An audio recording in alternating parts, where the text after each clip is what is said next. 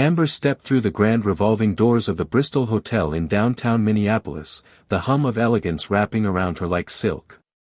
Marble floors gleamed beneath her heels, the soft light of chandelier crystals catching in the shine. This place spoke in whispers of wealth, of quiet power and invisible gates. The kind of place where the air itself made sure you knew who was welcome, and who was not. But Amber didn't flinch. Her navy blue suit hugged her frame with quiet authority, her leather portfolio held tight in one hand, a symbol of preparation, not for show, but for purpose. She wasn't here to impress anyone. She never was. Years of hard work had chiseled her confidence into something unshakable.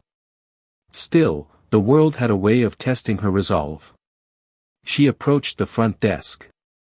The receptionist, early 30s, sharp bob, eyes that didn't bother to look up, typed away, her fingers clicking against keys like she was punching back time. Amber waited. Then, calmly, with a slight smile, she spoke. "Good afternoon. I have a meeting scheduled here." The woman finally glanced up, just enough to take Amber in. Head to toe. Her gaze lingered. A smirk formed. Not the friendly kind. "Are you sure you're in the right place?" she asked, sweet poison laced in her tone. Amber's smile held. "I'm certain," she replied evenly. The receptionist leaned in like a gatekeeper testing someone at the door of a private club. "This is a private establishment," she said, voice low, pointed. "We're not open to just anyone." The words landed with a thud. Amber caught the shift in the lobby, a couple seated nearby paused mid-conversation. She could feel their glances. But her posture didn't waver. "I'm here for a meeting," she said again, this time firmer. "Check your system. You'll find my name." But instead of checking, the woman let out a soft chuckle and shook her head, muttering something Amber couldn't catch. Didn't need to. The message was clear. Amber's heart beat a little faster, but her expression stayed calm. She'd seen this scene before. Lived it. Too many times. And yet, this time felt different. Bigger.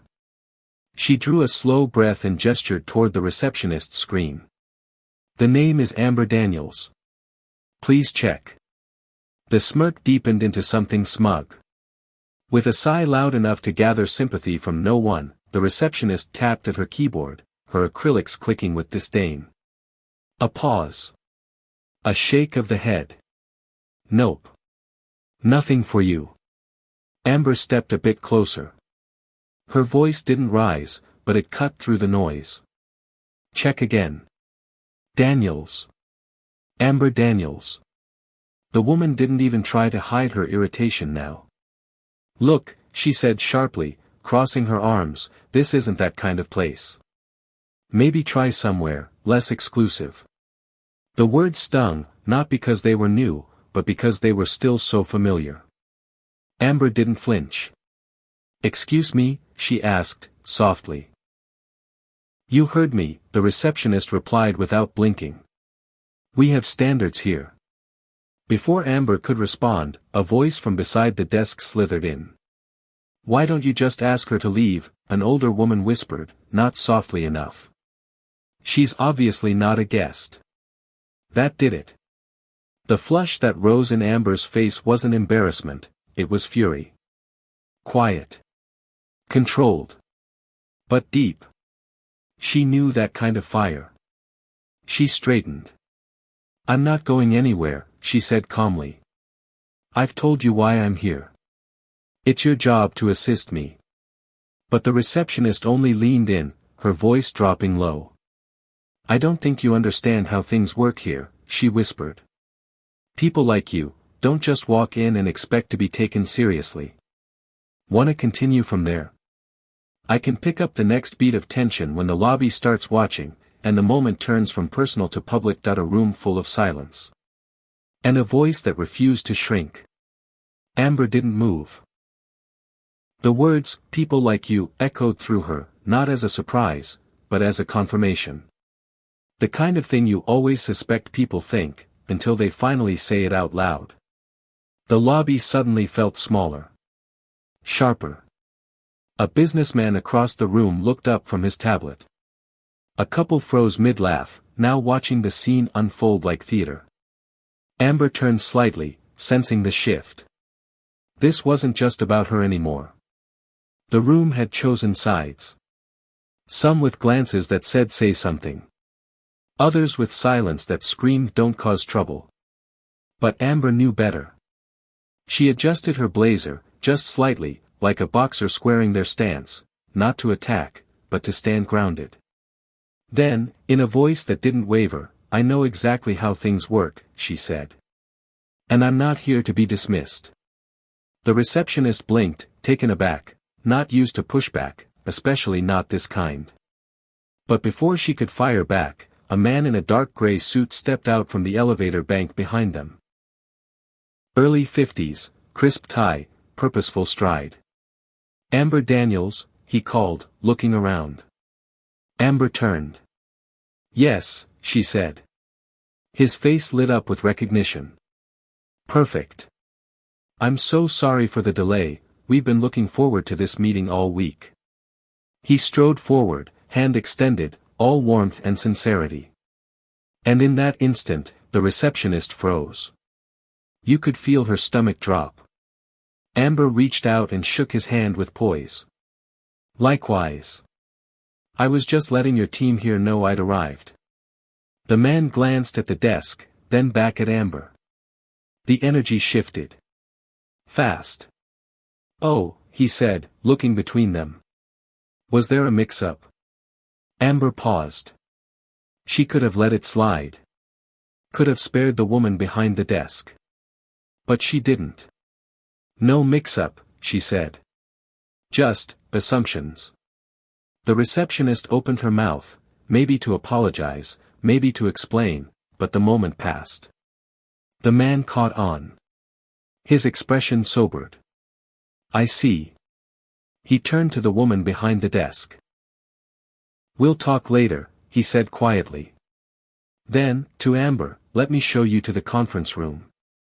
As they walked away, Amber didn't look back. But she felt it, the shift in the room. The tension.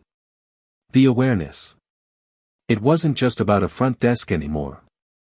It was about who gets seen. And who gets doubted. And who decides which one you are. The internet doesn't miss moments like this. By the time Amber left the building, her phone was already buzzing. Someone had filmed it, of course they had. Not the whole thing. Just enough. Amber standing tall. The line about assumptions. The man in the suit stepping in like someone realizing too late that something ugly had just happened under his roof. And the caption? "This is what quiet dignity looks like. This is how you respond to prejudice in real time." It took 5 hours to hit 1 million views. 10 before the hashtag started trending. Hashtag assumptions have names. Hashtag Amber Daniels. Hashtag see me too. By morning, Amber's inbox was flooded. Some messages came from people she hadn't spoken to in years, old professors, co-workers, friends who'd moved away but never forgot the fire in her. Others came from strangers. Black women who had lived through 100 versions of the same story. Brown-skinned professionals who'd been mistaken for assistants, janitors, delivery drivers. Mothers who whispered thank you from kitchens and bedrooms and bus stops. And something began to shift. Because it wasn't just about what happened at that front desk anymore. It was about why it keeps happening. And what people were going to do about it. Then came the calls. First, a few journalists. Then, cable news. Then, the podcasts. The op-eds. The speaking invitations. People wanted her to explain. To tell them what it felt like. But Amber didn't want to be anyone's trending moment. She wanted change. So she did what she always did, she built something. She called it Project Elevate. It started as a mentorship program. Pairing young black and brown professionals with mentors in their industries. But it grew. Fast. Companies started calling. Can we partner? Can we sponsor? What should we be doing that we're not? And Amber told them the truth. Start with the front desk. Start with the first face people see. Start with the assumptions that walk in the room before anyone says a word.